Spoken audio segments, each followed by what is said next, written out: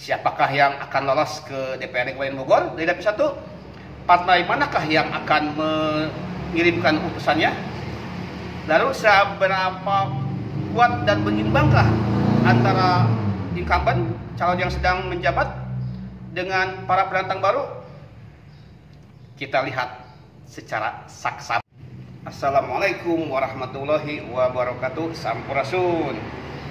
Nah, jumpa lagi dengan saya, Jajas Saifuddin, dalam channel yang umumnya membahas mengenai bahasa dan budaya Sunda, pendidikan, hiburan, juga membahas politik lokal. Pada saat ini, saya hendak membahas pemilihan umum 2024, khususnya membahas pemilihan calon legislatif. Nah, pada saat ini saya hendak membahas Pileg 2024 calon Dewan Perwakilan Rakyat Daerah DPRD Kabupaten Bogor, khususnya dari daerah pemilihan 1 dari Dapil 1 yang meliputi Kecamatan Cibinong, Citerep, Sukaraja, dan Babakan Madang. Siapakah yang akan lolos ke DPRD Kabupaten Bogor dari Dapil 1? Partai manakah yang akan mengirimkan utusannya? Lalu seberapa kuat dan berimbangkah antara incumbent, calon yang sedang menjabat, dengan para penantang baru? Kita lihat secara saksama ini video hingga tuntas, supaya tidak ada kesalahpahaman, supaya ada pertimbangan apa yang akan dilakukan, hingga bagaimana strategi, taktik, visi-visi yang akan diterjemahkan dalam kerja-kerja politik para calon dewan.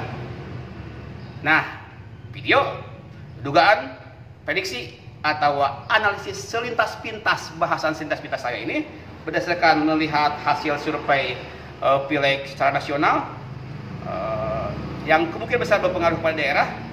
Saya melihat hasil survei dari indikator Profesor Dr. Burhan Mutadi, aktivis dulu di Cipayung, kalau salah, Formaci. Saya dapatkan dari salah satu anggota dewan hasil surveinya itu, lalu Dewan DPR RI.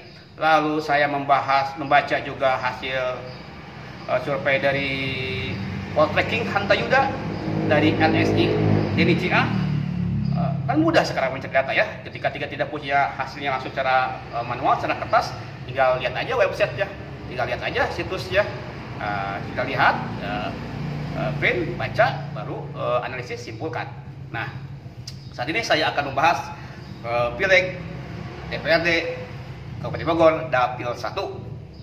Sebelum membahas Pileg 2024, kita melihat ke belakang dulu, kilas balik 2019. Dapil 1 2019 itu terdiri dari 5 kecamatan ya, 5 kecamatan ya, yaitu Cibinong, Citerep, Sukaraja, Babakan Madang, dan Kelapa Nunggal. Nah, Pileg 2024, Kelapa Nunggal lepas dari Dapil 1 oleh KPU dipindahkan ke Dapil 2. Kelapa Nunggal ke Dapil 2 bersama Cilengsi, Gunung Putri, ya, Cilengsi, Gunung Putri, Sukamakmur, Jonggol, Cariu, hingga ke Tanjung Sari yang berbatasan dengan Cianjur, ya, berbatasan dengan Bekasi juga tuh.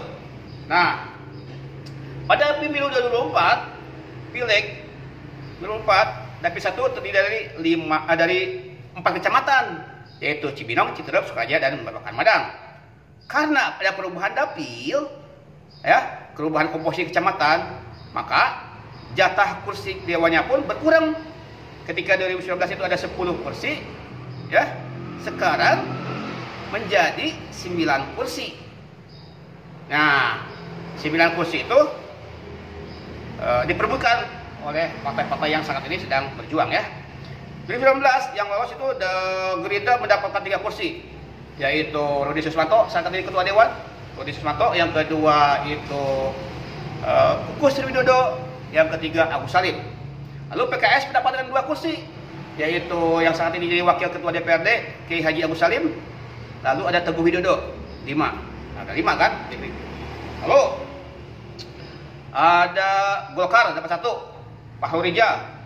P3 dapat 1, PPP ya, Ferry Cicanopa. Lalu ada Demokrat 1, Ade Senjaya. lalu ada PDIP Robinton Sitorus, dan PAN Arif Abdi. Nah, di 19 Dapil 1 mendapat jatah 10 kursi. Rudi Sumanto, Kuku Widodo, Agus Salim, Gerindra. Lalu PKS, Ki Haji Usalim, dan Teguh Widodo. Lalu ada yang lain satu-satu nih. Golkar 1 Pak Rijal, P3 Ferry Cicanopa, PDIP 1 Robinton Sitorus, lalu Demokrat 1 Adit Sanjaya, dan terakhir PAN Arif Abdi. Apakah para incumbent ini akan kembali melenggang ke DPD Kabupaten Bogor dari Dapil 1? Kita lihat aja bersama pada pemilu tanggal 14 Februari 2024. Kita bahas Dapil 1 per partai yang kemungkinan lolos, ya. Bukan berarti partai yang lain tidak ada peluang. Silakan buktikan di lapangan, silakan buktikan perkataan saya itu salah.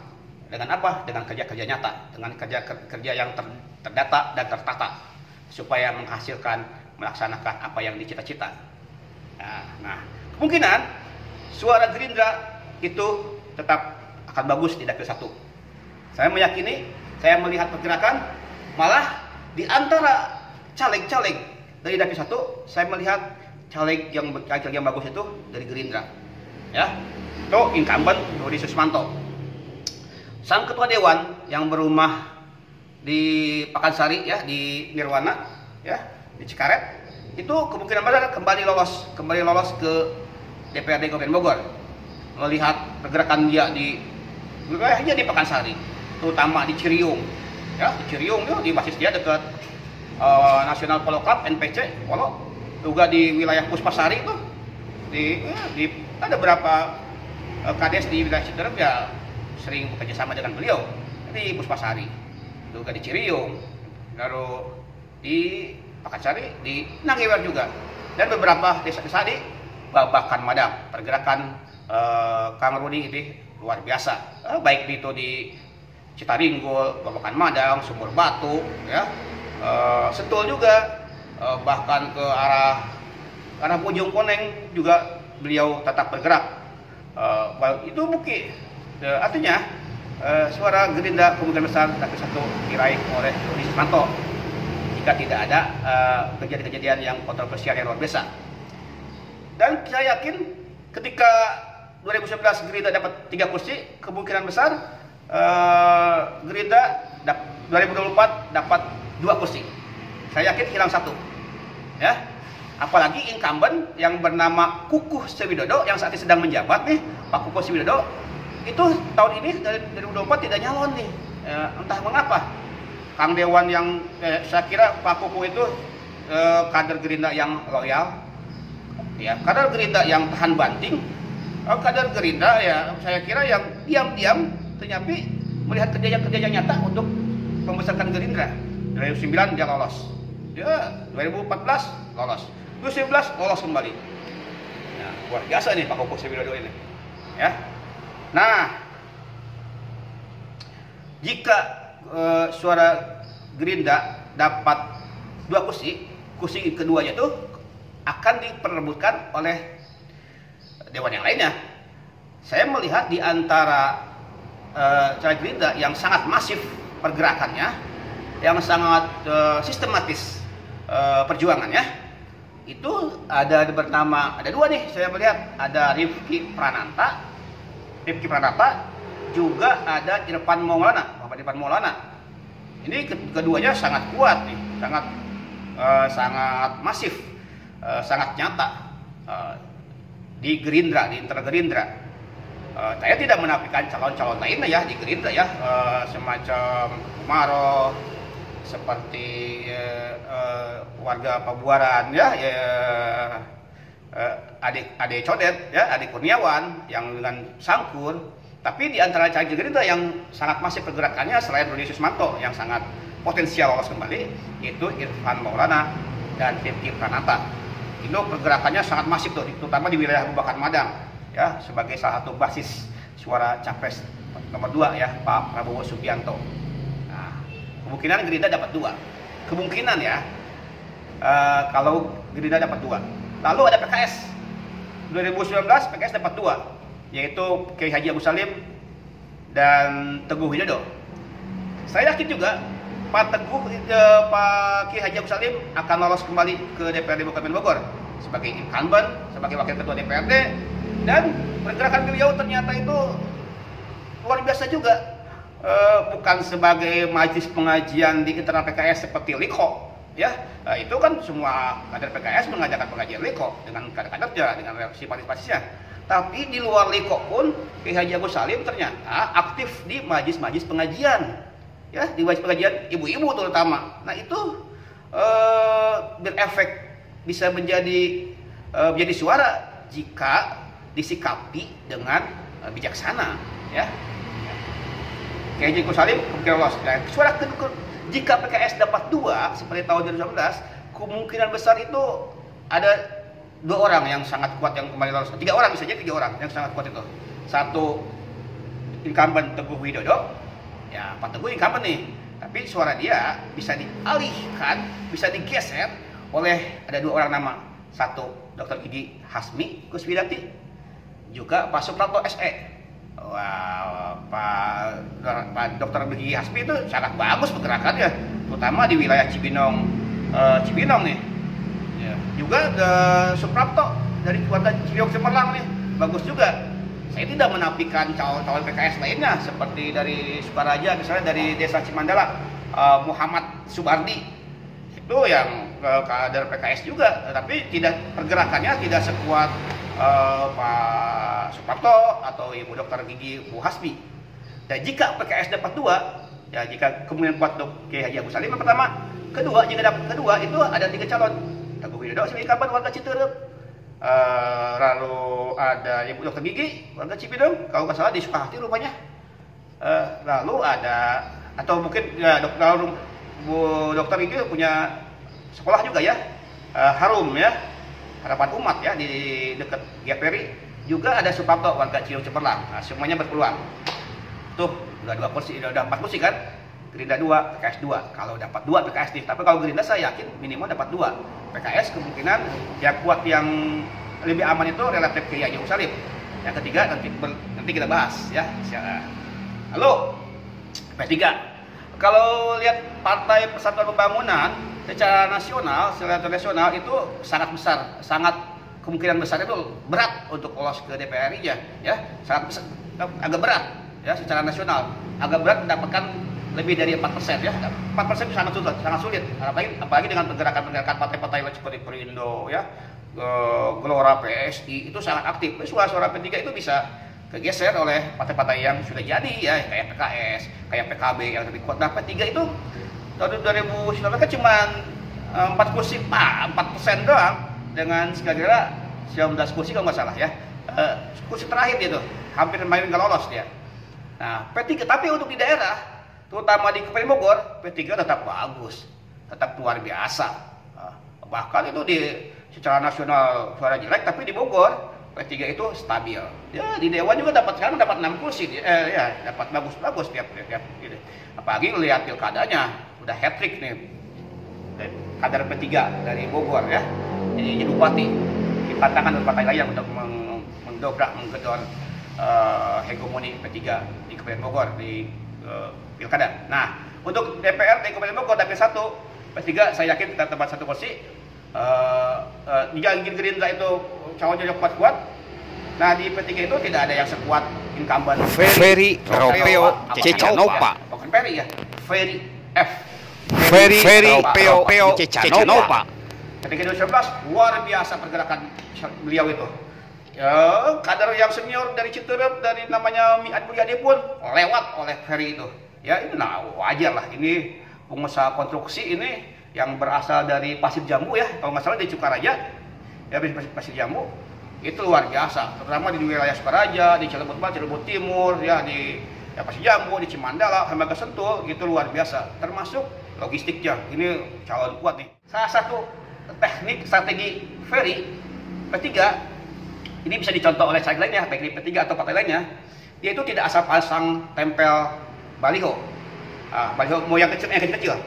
Dia itu relawan itu datang jika ada yang ingin bergabung ke beliau berapat, datanglah relawan itu Datang relawannya, dititipinlah baliho kecil itu, dikasihkan ke calon timnya itu atau calon relawannya, dikasihkan, lalu dikasihkan balihonya. Besoknya atau 2 hari selanjutnya dilihat apakah baliho itu dipasang enggak di rumahnya, ditempelkan atau di rumahnya depannya. Jika dipasang, maka itu akan jadikan timnya. Nah, jadi masang baliho itu kalau khusus di Dapil 1, contohlah Ferry. Dia itu tidak asal baliho, tidak asal paku di pohon, tempel di sepanjang jalan, enggak. Itu lebih rapi Ferry itu. Itu salah satu strategi beliau yang saya baca, yang saya lihat secara nyata, ya. Bahkan teman-teman saya yang bergerak itu, kalau jadi Ferry tempelkan dulu balihonya, baru dapat. Nah, dah tuh ya, udah 5 tuh kemungkinan ya. Gerindra 2, PKS mungkin 2, tapi agak berat yang kedua aja tuh PKS itu ya. Lalu P3 1, Ferry. Nah, Demokrat nih. Nah, Demokrat incumbent-nya itu Ade Senjaya.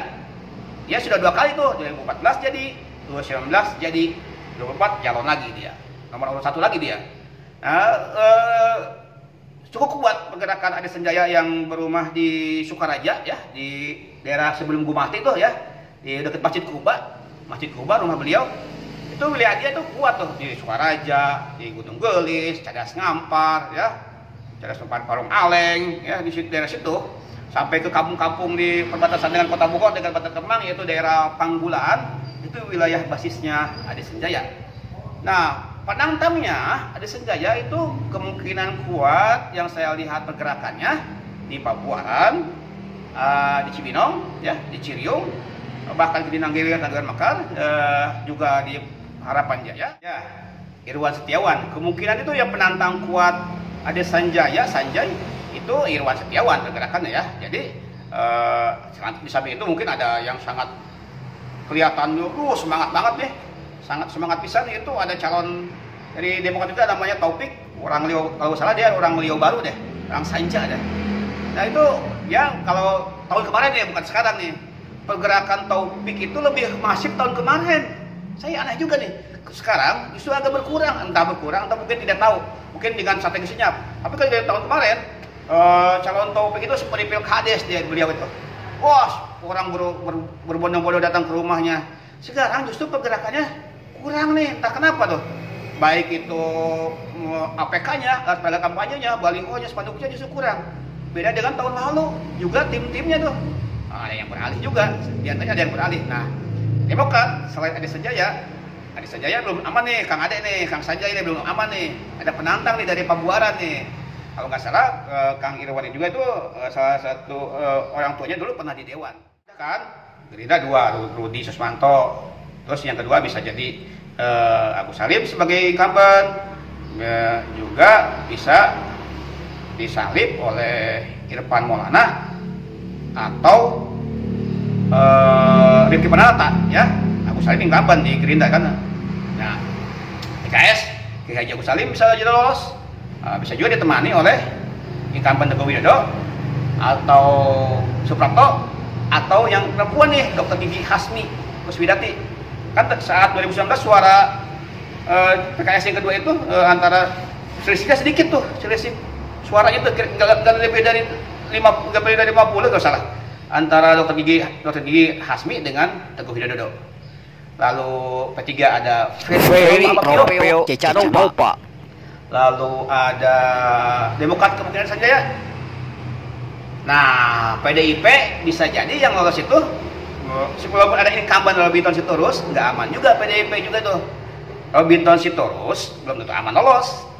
Ada penantang kuatnya, yaitu salah satu aktivis Pospera ya, Posko Perjuangan Rakyat. Pospera, kalau Pera Perjuangan, makanya saya nyebutnya Pospera, Posko Perjuangan Rakyat, bukan Posko Perjuangan, tapi Posko Perjuangan Rakyat. Ini Pospera. Kita tahu Pospera itu di atasnya itu aktivis utamanya itu Adian Napitupulu, Adian Yusak ya, Napitupulu. Nah, di DPRD Kabupaten Bogor, Dapil 1, satu aktivisnya yang nyontoh Bu Sasa Sabiah ya, Sasa Sabiah. Nah, ini calon kuat, bisa menggeser incumbent Robinton Sitorus. Saya tidak mengecilkan calon-calon lainnya. Bisa jadi perkataan saya itu salah, bisa jadi perkataan saya itu salah banget. Tergantung calon-calonnya, lawan dengan strategi, lawan dengan perjuangan, lawan dengan pergerakan. Bisa jadi nama-nama seperti Yudizar Lombar Wulur, dedengkot PDIP Cibinong ini, atau Johan Pahpahan, dedengkot LSM ya, yang kerap mengkritisi, itu bisa jadi bisa mengubah pendapat saya, dugaan saya. Bisa jadi ada Sri Hartini dapil 1 juga dari PDIP juga, bisa jadi. Nah, kemungkinan lebih terus lolos, tapi bisa digeser oleh Sasa Sabiah dan calon lainnya. PDIP kemudian dapat 1 juga, PKS 2, Gerindra 2, P3 1 kemungkinan Peri, Demokrat, PKS 2, Gerindra 2, P3 1 Peri kemungkinan, Demokrat 1 Adik Sanjaya, lalu PDIP kemungkinan Robin Sitorus atau diganti oleh Musabsyah atau yang lainnya. Ya, yang ke-8 itu Golkar. Ini yang sangat menarik nih. Selain caleg Gerindra yang bagus, dapil 1 caleg Golkar tahun ini saya lihat lebih bagus-bagus bila dibandingkan 2019. Ya, ketika 2019 itu calon-calonnya aduh biasa-biasa. Bahkan calon nomor 1 pun saya tahu, yang dulu ketua salah satu tim inti saja biasa-biasa aja. Tapi untuk 2024 caleg Golkar dapil 1 bagus-bagus. Minimal ada 3 nama, 4 nama yang bagus. 1 tentu saja Golkar kemudian dapat 1 kursi. Golkar kemungkinan dapil 1 tetap dapat 1 kursi. Siapa namanya? Wallahu alam. Tapi secara pergerakan, secara tim, ya secara loyalitas dan pergerakan secara nyatanya, 1 incumbent kemungkinan besar lolos, yaitu Fakhrul Rizal. Tapi Fakhrul Rizal pun tidak aman. Ada calon kuat lainnya yang di bawah-bawahnya. Yang nomor urut selanjutnya, siapa itu? Ada yang namanya TB Wajedi Nur. Itu bagus Wajedi Nur. Itu di Golkar secara resmi, ini orang baru, pemain baru kalau secara resmi. Tapi kalau lihat pergerakan Golkar dari tahun-tahun ke tahun, yang saya tahu dari 2009 aja dulu lah. Kalau 2009 zamannya Haji Muniniin tuh. Ya, Muniniin yang ya pengusaha tanah juga, pengusaha kontrakan juga ya, pengusaha restoran juga. 2009 itu Wajedi Nur itu sudah aktif di politik, sudah bergerak di belakang layar. Bagus Wajedi Nur itu sudah menjadi bagian Golkar dan tanda kutip ya, secara resmi dia itu bukan kader Golkar, secara resmi kayak kan PNS. Tapi ketika menjelang 2004 tahun kemarin, beliau itu sudah mengundurkan diri jadi PNS demi Pileg 2024. Dia mengundurkan dari PNS, pegawai negeri sipil, nyalon untuk DPRD dapil 1 Kabupaten Bogor, DPRD Bogor ya, dapil 1 Kabupaten Bogor. Dia mundur dari PNS-nya, merelakan karir jadi PNS, dia mundur demi Pileg. Dengan begitu sudah ada perhitungan dong dari beliau. Artinya beliau itu sudah siap dengan segalanya, entah timnya, entah mungkin logistiknya juga. Lalu beliau itu secara keluarga besar, itu keluarga yang cukup ternama di Cibinong. Beliau itu putra dari Mayor Samsudin Nur. Keluarga Alnur, yang saya tahu beliau sudah sowan, beliau sudah minta restu, minta doanya, minta dukungannya juga. Keluarga Alnur tahun ini yang nyalon kan tidak ada. Dulu kan ada Bu Ida Farida ya yang nyalon di PKS. Tahun ini Bu Ida tidak nyalek di DPRD Bogor, Jabar atau KRI. Kemungkinan besar suara Pak Buaran, suara keluarga besar Nur, keluarganya Pak TB Lutfi, mantan Kadis Pendidikan, mantan Kadis Perpustakaan, bisa menopang suara Wajedi Nur, Agus ya, disebutnya Agus misalnya. Wajedi Nur beliau saat ini memang kemarin-kemarin yang beda Ciriung, bersilaturahmi ke Citerep. Sekarang mulai masuk tuh pergerakan Agus dan Wajedi Nur. Kemungkinan dia beliau tandem juga tuh dengan Jabar, juga di RI. Nah, artinya Fakhrul Rizal yang kuat di desa Cimandala, yang kuat di desa Cijujung, itu tahun ini 2024 kemungkinan bisa disalib oleh Tubagus Wajedi Nur sebagai calon kuatnya. ya kuat beliau itu. Ya, saya melihat pergerakannya di Ciliung, di Pabuaran, beberapa anak muda oleh beliau sedang digarap oleh beliau.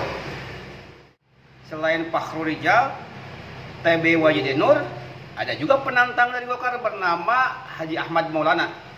Ini warga Kelurahan Tengah, Kecamatan Cibidong, tepatnya di sekitar Gang Kancil ya, sekitar Gang Kancil, yang gang ya di situ enak banget, ada es kelapa di Gang Kancil, yang dekat Kelurahan Tengah. Ini Ahmad Maulana pergerakannya bagus juga tuh, timnya udah mulai menjadi juga.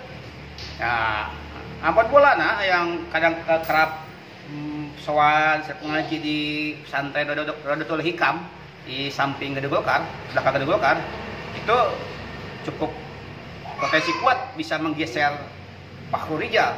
Jadi di Golkar itu, di Golkar kursi mungkin tetap dapat 1, tapi yang dapat kursinya belum ada jaminan kuat. Tidak seperti PKS ada Kiai Haji Agus Salim, Gerindra ada yang kuat Rodi Susmanto. Golkar ini nggak kuat nih kalau Fakhrul Rijal aja. Apalagi jika melihat Pileg 2019, suara Rijal itu nggak nyampe tuh 4.000 itu nggak nyampe, di bawah 4.000, di bawah 4.000. Makanya di 2024 suara Golkar itu lebih aman dapat kursinya 1 kursi. Tapi siapa namanya? Wallahu alam. Bisa Fakhrul Rijal, bisa ke jagoan dari Cibinong dari Ciliung tuh bagus Wajidinur, bisa juga Ahmad Maulana. Tapi saya tidak mengecilkan kader-kader Golkar lainnya ya, seperti yang sering nyalek itu Ibu Patmini, atau pendatang baru dari Kota Bogor Erwan Ruswandi, kalau salah Erwan Ruswandi, yang tadinya mau nyalek DPRD Jabar tapi akhirnya ke DPRD Kabupaten Bogor dapil 1. Nah, di Golkar tetap dapat 1 kursi, tapi yang dapatnya apakah itu Rizal, Fakhrul Rijal, bisa jaga diganti oleh itu Bagus Wajidinur atau Haji Ahmad Maulana. Nah, itu. Selanjutnya yang kemungkinan lolos lagi itu ada 3 nama lagi ya. Yang ke-9 itu diperebutkan oleh minimal ada 3 orang, 3 nama. 1 incumbent dari PAN, Arif Abdi, ya, Arif Abdi sekarang dia sebagai ketua DPD PAN. Tahun kemarin ketika 2019 itu suaranya bagus tuh di wilayah Cibinong ya. Kemungkinan ada efek dari pengaruh Pilpres juga ya, PAN-nya jadi bagus. Sebab ketika dari 2014 PAN itu tidak dapat kursi. 2014 itu tidak dapat kursi ya di Pileg gitu ya. 2019 sudah dapat kursi. Nah, penantangnya itu caleg dari Nasdem dan PKB. Jika PKB memiliki nomor urut 1 yaitu guru pendidik yang juga tokoh muda yang aktif di KNPI yaitu Suhendra, dengan relawannya bernama Sabudra, sahabat muda Suhendra. PKB itu ketika 2019 tidak dapat kursi tuh di dapil 1. 2014 dapat tuh almarhum Sudeni. 2019 dia tidak dapat kursi. Nah, di bawahnya ya nggak ada yang biasa-biasa aja ya, nggak terlalu mewah, nggak terlalu bawah standar ya calon-calon lainnya. Nah, yang unik sekali Nasdem, ada yang bernama Hendra Budiman. Hendra Budiman ketika 2014 itu lolos. 2014 lolos ke DPRD Kabupaten Bogor dapil 1 dengan raihan suara sekitar 4.000. Lalu di bawahnya sekitar 3.000, 2.000 yaitu ada Deddy Suhendar, ada Giri Suwaryo ya. Nah, 2019 itu suara Hendra Budiman Pileg 2019 itu naik ya. Ketika calon-calon lainnya itu di bawah 1.500. Nah, Hendra Budiman 2014 sudah dapat 4.000, 2019 dia itu dapat suara lebih dari 6.000. Naik kan pergerakannya ya. Cuman caleg-caleg lainnya dan suara partainya, suara Nasdemnya itu 2019 itu kecil. Jadi pemilikan suara Hendra Budiman secara pribadi itu bagus, dapat 6.000, tetapi suara lainnya kecil. Makanya Hendra Budiman 2019 itu gagal kembali ke DPRD Kabupaten Bogor dapil 1. Nah, ini menjadi tantangan beliau ketika Pileg 2024. Ya, meskipun secara pribadi, secara pileg pribadi dia mungkin bagus, suaranya akan bagus kembali seperti tahun 2012, tapi nggak otomatis bisa lolos juga jika melihat caleg-caleg di bawahnya. Saya belum melihat tuh pergerakan yang sangat masif, terstruktur yang rapi, menjalar, menyebar, mengakar seperti caleg-caleg dari Gerindra, caleg-caleg dari Golkar, caleg dari Demokrat, dan apalagi dari PKS yang sangat masif tuh pergerakan dari PKS. Tapi caleg-caleg Nasdem itu saya lihat biasa-biasa saja, nggak ada yang istimewa.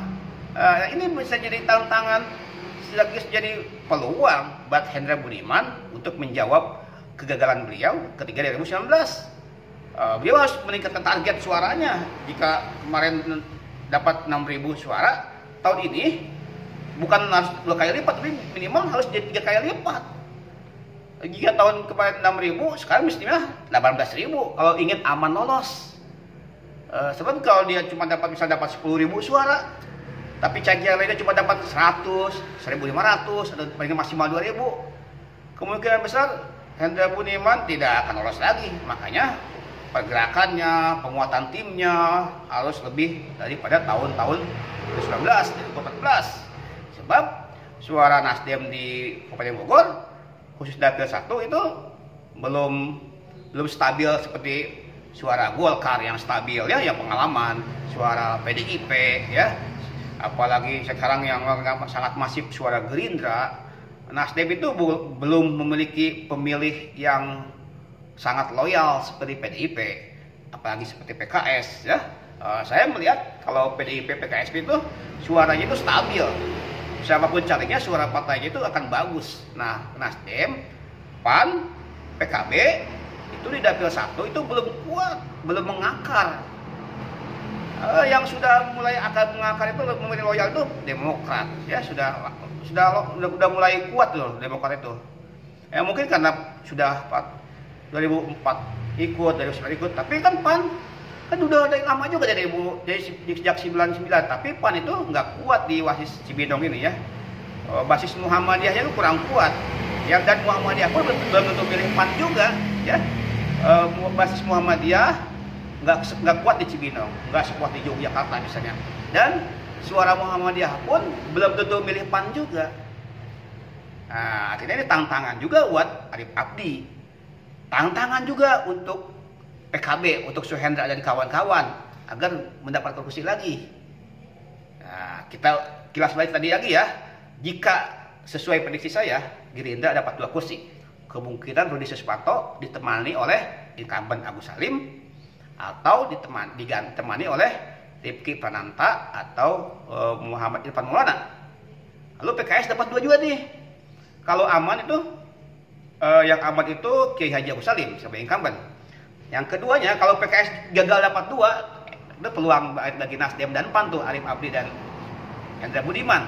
Tapi kalau PKS dapat 2 ditemani Agus Salim, dipilih lolos itu Kiai Haji Agus Salim, bisa ditemani oleh incumbent Teguh Widodo dari Citerep atau Dr. Hasbi yang memiliki sekolah harum Harapan Umat, atau ditemani oleh Suprapto dari Cilung Cemerlang.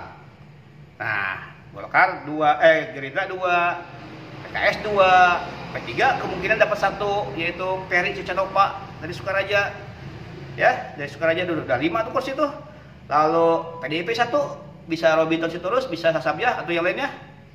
Lalu yang ke-7 itu Demokrat, ya bisa maaf, kita ulang lagi.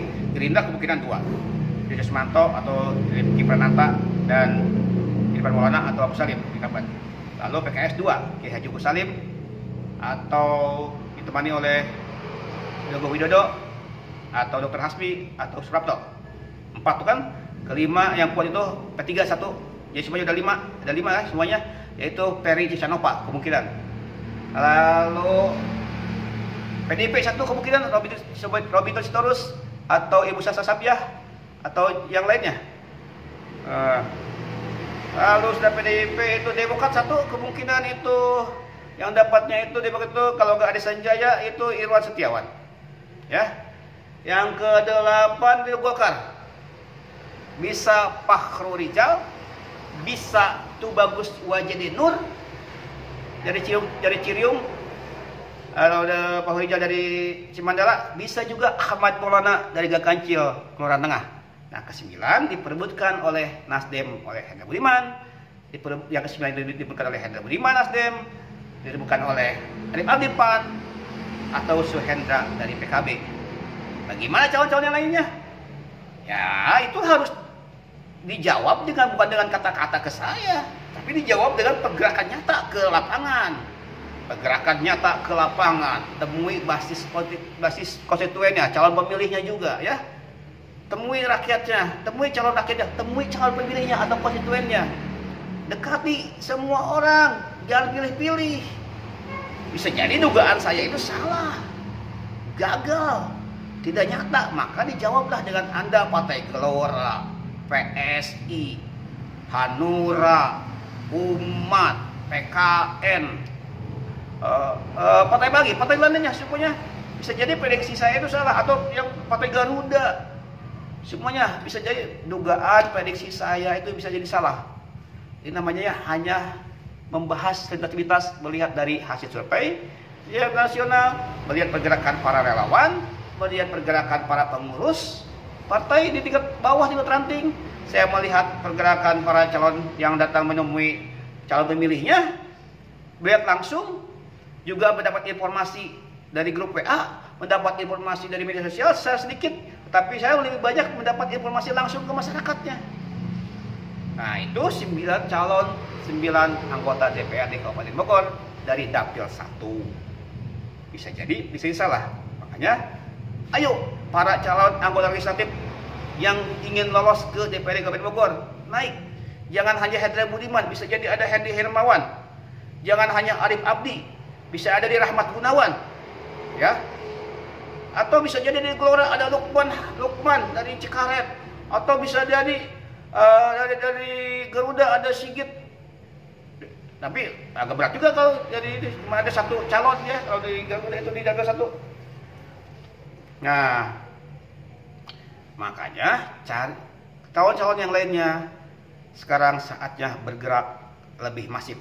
Kalau istilah KPK itu lebih TSM, terstruktur, sistematik, dan masif, ya. Terstruktur, sistematis, dan masif. Terstruktur secara kepengurusannya, terstruktur secara relawannya, terstruktur secara tim suksesnya, sistematis pergerakannya, tidak serampangan, tapi terukur, terencana, terpikirkan, terkonsep, terlaksana, terevaluasi, lalu terencana lagi. Masif, bergeraklah secara nyata, bergeraklah ke semua penjuru wilayah, dari mulai Cibinong, Citerep, Sukaraja, bahkan Bamadang. Cibinong dari mulai Nanggewer, Mekar, Karadenan, Kelurahan Tengah, Pakansari, Harapan Jaya, Pondok Raja, Ciriung, Cibinong, Ciremekar. Bergeraklah. Banyak loh warga-warga yang belum bisa ditemui. Banyak loh warga-warga belum tahu siapa, harus milih siapa. Bingung abi makang, kudu milih saha. Kumang kewek di TPS banyak yang seperti itu. Maka itu peluang temui. Silakanlah bergerak ke Sukaraja, itu entah itu ke Cilebut Barat, Cilebut Timur, ke Cadas Gampar, ke Gunung Gelis, ke sana lagi ke Desa Sukaraja, ke Cikeas, ya. Atau mau ke Citerep, silahkan bergerak ke Desa Citerep, Puspanari, Puspasari, Puspanagara, Desa Citerep juga, Sukahati, Tarikolot, ke Sanja, ke Winutup, ya. Atau mau ke Desa Hambalang, ke Babakan Madang, ke Bojongkoneng, ke Ceringgul, Sumur Batu, ya, sampai semua wilayah-wilayah ditemui. Inilah peluang. Banyak warga, banyak wilayah yang belum diinjak oleh para caleg. Dan umumnya warga itu lebih ingin memilih secara personalitinya, lebih dapat. Logistik penting, sangat penting. Tetapi logistik pun belum bisa menjadi jaminan suara. Bisa jadi kalau secara pertemanan, secara hubungan emosional, dengan minum kopi pun bisa jadi suara. Dengan makan nasi uduk pun, dengan nasi liwet pun bisa jadi suara. Tetapi kalau hanya mengandalkan logistik, hanya mengandalkan uang semata, itu tidak ada jaminan dapat suara. Bangunlah hubungan emosional. Binalah hubungan secara empati dari hati ke hati. Kuatkan dengan logistik yang tepat sasaran, tepat guna. Gunakan strategi yang lebih mudah diterima oleh tim suksesnya, lebih tepat sasaran kepada masyarakat. Dengan begitu, tentu saja jangan lupakan doa yang tidak boleh henti-hentinya. Doa dari siapa? Doa dari diri sendiri, doa dari keluarga, dari keluarga besar. Dengan demikian, ketika sudah usaha, sudah ikhtiar yang maksimal, tinggal bertawakal. Ya, inilah pemilu itu hanya ajang demokrasi semata. Sebagai pemilu, jangan jadikan untuk saling berkubu-kubu hingga meruntuhkan persaudaraan. Sekali lagi, pemilu hanya ajang demokrasi, pemilu hanya ajang memilih calon wakil rakyat yang terhormat dengan cara yang terhormat juga. Pemilu hanya ajang untuk mencari pemimpin sebagai wakil rakyat. Tetap kita harus sebagai anak bangsa jadikan pemilu untuk tetap bersatu. Bersatu siapa? Bersatu untuk Negara Kesatuan Republik Indonesia. Demikian analisis saya, demikian bahasan pintas saya. Mohon maaf jika ada kesalahan, jika prediksi saya salah, silahkan jawabnya dengan pergerakan, dengan perjuangan yang nyata. Akhir kata, terima kasih atas tontonannya hingga akhir. Wabillahi taufiq wal hidayah. Wassalamualaikum warahmatullahi wabarakatuh. Hurip Sunda, jayalah Indonesia.